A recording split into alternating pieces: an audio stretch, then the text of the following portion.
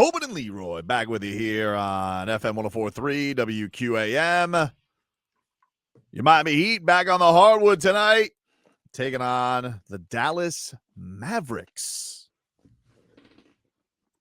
Cooper Flag, but also the return of Tyler Herro. It appears. Shout out to Keshad Johnson. Nice game for him on Friday against Chicago. Mm-hmm. Everybody wanted him sent to Sioux Falls, banished forever. So I was happy for our guy KJ because he's a delight as a person. Oh, no, we like him. I just wonder, when did his hands become small bricks? It was weird. But I think he may be back. He may be back. For the life of me, we see this in sports a lot. Guys who are gifted athletically, meaning they're fast, they can jump out of a gym, good footwork or whatever. But when it comes to playing the actual sport they're in, they look uncoordinated. That's what he looked like before Friday. Yep. And then I liked him, yesterday. Drew Smith misses a three. What does he do? He flies in out of nowhere. Slam dunk. I'm like, yeah, there you go. Just like, do more of that.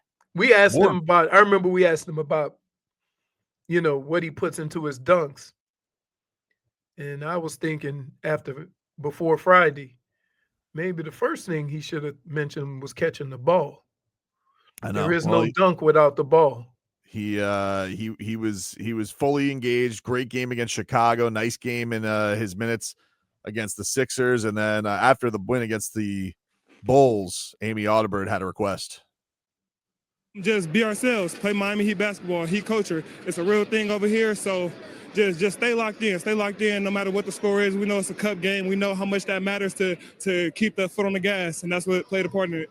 Last one for you. What does an NBA bark sound like? Say it again? An NBA bark. What does that sound like? Dude. Hey, that was a real dog right there. Whoa. That was like. Wow. Keshad. You know what they say, Leroy? Got that dog in him. I would like him to leave his paws on the sideline when he go into the game and use his hands. Waiting for that one. That was good. Sexy Saucy, I felt the slobber through the screen. Here was a Spo on Keshad's game against Chicago. I'm really happy for KJ because he's been so dedicated behind the scenes. And when I've given him some minutes, they haven't been, fair. This is the first game where I played him at the 4. The other games I've played him at the 5. First game was against Jokic. I mean, come on, that's not even fair. But he has stayed diligent. He's, constantly being mentored by, Malik and UD and Bam. Everybody roots for him, because he's so pure. He really works at it. He stays ready so he doesn't have to get ready. And then he finally got an opportunity where it was much more in his wheelhouse, and he made a big impact. Defensively, he was really good, with the switching, guarding off the dribble, making plays at the rim. His rebounding was great. His energy was great, giving us second opportunities, and then he knocked down, a couple threes. But it was the energy and physicality, toughness, and I think the whole locker room was rooting for him. That's the kind of guy he is. Al Mackey say, dogs have no opposable thumbs. Would explain the dropsies. Hannibal doesn't even have thumbs, fucker. Hi, Greg. I have nipples. Could you milk me? It's house. That was Sunny Bunny when she saw the snake. That was her. Really? Well, speaking of what? The Tobins and their adventure with wildlife. Yep. Did you see him yesterday? No, I did not. Okay. So Tobin. What did you do? What? Tobin just, starts recording himself, right? And here's the thing. I just know this in life. The apple doesn't fall far from the tree. Oh no, I know that. I know little Tommy, he went in. Little Tommy wants in anything that dad is doing, right? So I see Tobin smile. Who do I see to his side? Tommy smile. Then what else do I see? A green creature. An iguana. An iguana. So Tobin, Tommy smiling, as you can see right there. See, look at that, smiling.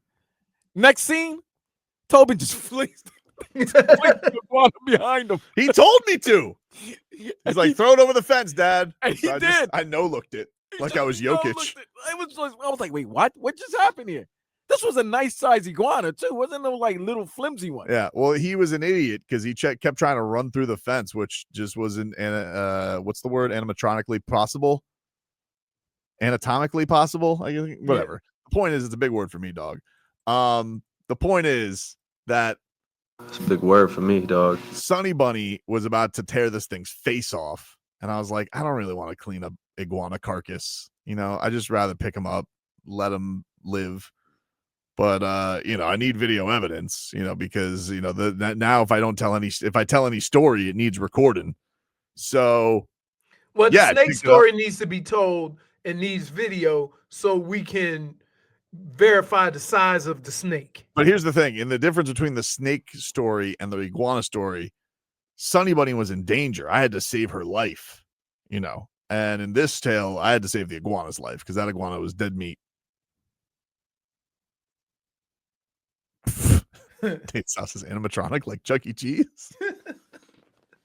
I apologize. I messed it up. -1 for butchering English. Oh my goodness. But the point is, yeah, you got to be careful with the dogs in the backyard antics. They're all over the place. So anyway, the Heat went on Friday in the NBA Cup. Now they still need to win on Wednesday, and then they need the Bucks, I think, to beat the Knicks to get in because all the head-to-heads. The Knicks have the head-to-head over the Heat, unless the Knicks somehow lose to the Hornets, which that would be crazy. No, we're not. I don't think they are. So wait, only one team per group. It's the three group winners and the best record and point differential is the 14. There's 3 groups. I can't even keep up. There's Group A, Group B, Group C. And then the best record and point differential after the 3. Right. Groups. So I think if they win, they're in. I think that big blowout win against the Bulls. They're killing on the point differential. Yeah, I think they have the highest point differential in the conference. Let's see. Because keep in mind, it's going to be hard for another team to go 3-1. It's not not win their group. Right now, they have plus 46, which is the best for a second place team. But the Bucks have only played 2 games. So the Bucks and the Heat play. The Heat beat them. They go to 3-1. The Bucks are dropped to 2-1. But if the Knicks win their 2, they would also be 3-1. They beat the Heat. Right. So head-to-head matters. Head-to-head matters. I mean, then it's point differential. In group play.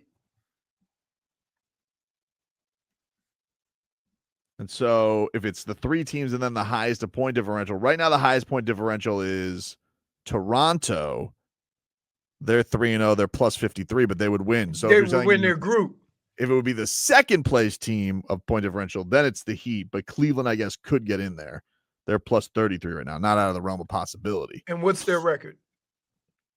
They are 2-1, so they got one more game, which will be against the Hawks on Friday. And what group are they in? They're in a different group. Right. But we're saying if a point differential, like that's the only other team in second place that would be a thing. But if the Heat win, you got a Wednesday. You not only have to win, but you have to win.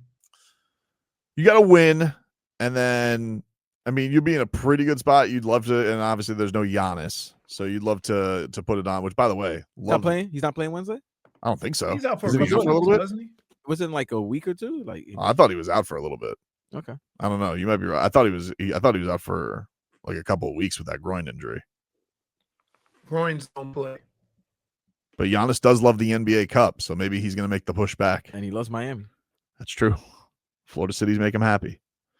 But I don't even know if I want him anymore, dude. I mean, look at this team right now we got. This team's incredible. Norman Powell, amazing. Kel'el Ware. But everybody wants that dude. I think we have there's a handful of guys that are that dude. I mean, who's to say that Kel'el Ware's not that dude? He ain't Giannis.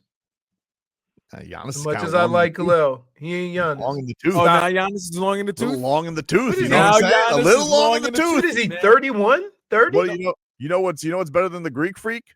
What? A freak from North Little Rock, Arkansas, dude. -1. So wait, how old is Giannis? Is he 30 yet? 32? 30, he's 30, 31. Giannis is still young.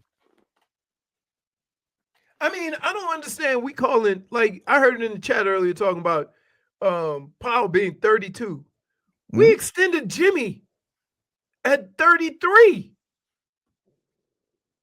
Yeah, and Powell's got like just such a smoothness in his shooting. Well, he hasn't played all the minutes Jimmy played either. His shooting is amazing, and then he gave that little wink to Kyle Lowry. And Kyle Lowry's like, Giannis is turning 31 in 3 weeks. So he's 30. What are you talking about? You wanted to give Jimmy an extension at 37. I'm just saying, I don't know if I want to trade Kel'el Ware for him. I don't know. Hard to say. Your turn. They don't need Kel'el, though.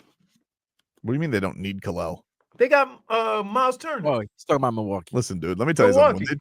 When Milwaukee is backed into the corner to trade Giannis, whenever that is, they're going to be trying to get every ounce of juice out of that. But fruit. They're not. Just in general, they ain't going to want a big. They just paid one. You think they're going to want to keep Miles Turner, who they basically kept there as a piece to try and appease Giannis? Didn't they just trade for him? They just signed him. They just signed him, but they signed him. Right. They signed him for Giannis. Like if they losing Giannis, they'll probably trade Miles Turner. Right. All right. They'll probably nuke the whole thing. Well, I mean, they don't have their own pick. I mean, I suppose you can flounder around however you want. You know, it's hard to know that, the weather up here in the top of the East, it's really hard to look down on the peons, and think what they're doing. They should get their weight up and get some wins. It's tough up here in the top of the East. Are you in the top? No, fifth. Top three? No, top three? Third, dude. Yep. Okay. Yep. Weather's awfully nice up here, Leroy. It's pretty amazing because the one thing that the Heat have had is reasonable health, right? No long-term. Nothing too bad, but they have dealt with a lot of injuries. You know? I mean, how many games have they had? I'm not even counting Tyler, but they've had games, no Norm, no Bam, no Wiggins. Like, they've dealt with starters being out all year. And the depth is just, I mean, it's really come a long way for this team, which is, I understand, like, people are like, I don't want Tyler ruining the mojo. I don't want this. They've been good about, setting into the role, whatever somebody's got to be. I'll tell you one thing, dude, though. This Jaime Jaquez, what a game he had on Sunday. Oh, my God. Dude couldn't miss. It was incredible. That footwork. Wow. I mean, he was leaving these dudes in a blender. It was incredible. Anyway, Eric Spoelstra is very proud of his team. I mean, you just have to figure out, how to win the games. Our record before this road trip, we'd only won 2 games on the road. So we took that to heart. Wanted to have a good collective, response. And we get to go back home and play again tomorrow night. And we're looking forward to it. These are little mini times during the season that we don't want to over celebrate, but we do want to acknowledge it. I don't think anybody 2 months ago thought we'd be sitting third in the East. It's not everything, but it's something. I want our guys to enjoy it, at least for a few minutes and the flight home. And then we'll have plenty of time to get some rest and lock in and get ready for another one tomorrow night. Exactly, dude. That was such a I tell you what, it's been a long time since the Heat have started like this at home. Dude. And remember, we were talking about that for the last 2 or 3 years. Infuriating. Yeah, man, 100%. Great on the road, terrible at home. 100%. They've been such a good home team, and now they got a 4-game home stand. Let's go, dude. Keep this going. Let's go. Please don't lose tonight, Tyler. I can't take the show tomorrow. Then even when they only had 37 wins, didn't they have like a 6 or 7 game streak? What's that, dude? Say it again. Even last year when they only had 37 wins, they had a 6 or 7 game streak. Where they won 6 or 7.